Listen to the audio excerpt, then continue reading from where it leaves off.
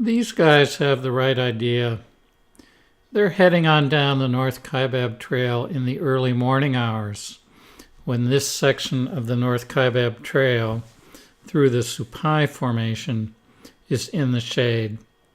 Come afternoon, in the hottest time of the day, the trail right here and throughout the Supai Formation faces the southwest and will be roasting in the sun. If I am camping down at Cottonwood Campground in the summertime and plan to hike out on the North Kaibab Trail, my rule is that I have to be up to the Supai Tunnel at the top of the Supai Formation by 9 a.m. And for an aging, slower hiker like me, that means I need to roll out of my sleeping bag by 3 a.m. and be on the trail by 4. But in the morning hours, the sun falls on the far southwest side of Roaring Springs Canyon, and the Supai Formation puts on quite a show. The entire formation has its characteristic reddish-brown color and blocky appearance.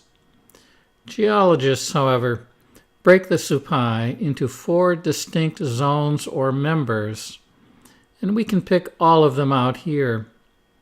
The top layer of the Supai, the Esplanade sandstone, usually forms steep cliffs, as it does here. In many places, it is difficult to find a way through the Esplanade cliffs, and the North Kaibab Trail builders accomplished it only by blasting a tunnel, the Supai Tunnel, right through it. Lower down in the Supai, there is usually a second set of sheer cliffs formed by the Monocacha Formation, and they often can be very difficult to get past as well.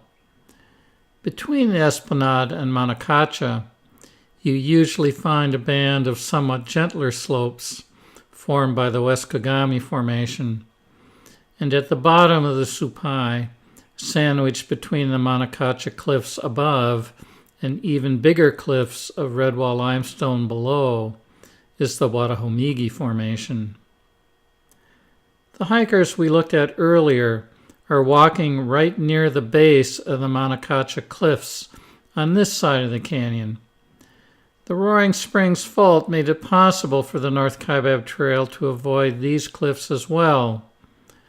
Swinging up and to the left, we can see another hiker on the stretch of trail passing through a break in the Monocacha cliffs, right where the northeastern branch of the Roaring Springs Fault is located.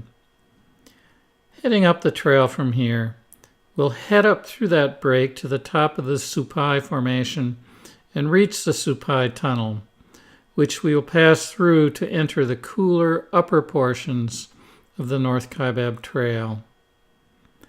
Heading down the trail from here, we'll rapidly descend via a series of switchbacks to the bottom of the Supai and top of the Redwall Formation at the Redwall Bridge, and to a panorama spot perched right on the bridge with a fine view back and all the way up to the top of the Supai and beyond, and down into the beginning of the imposing Redwall Cliffs.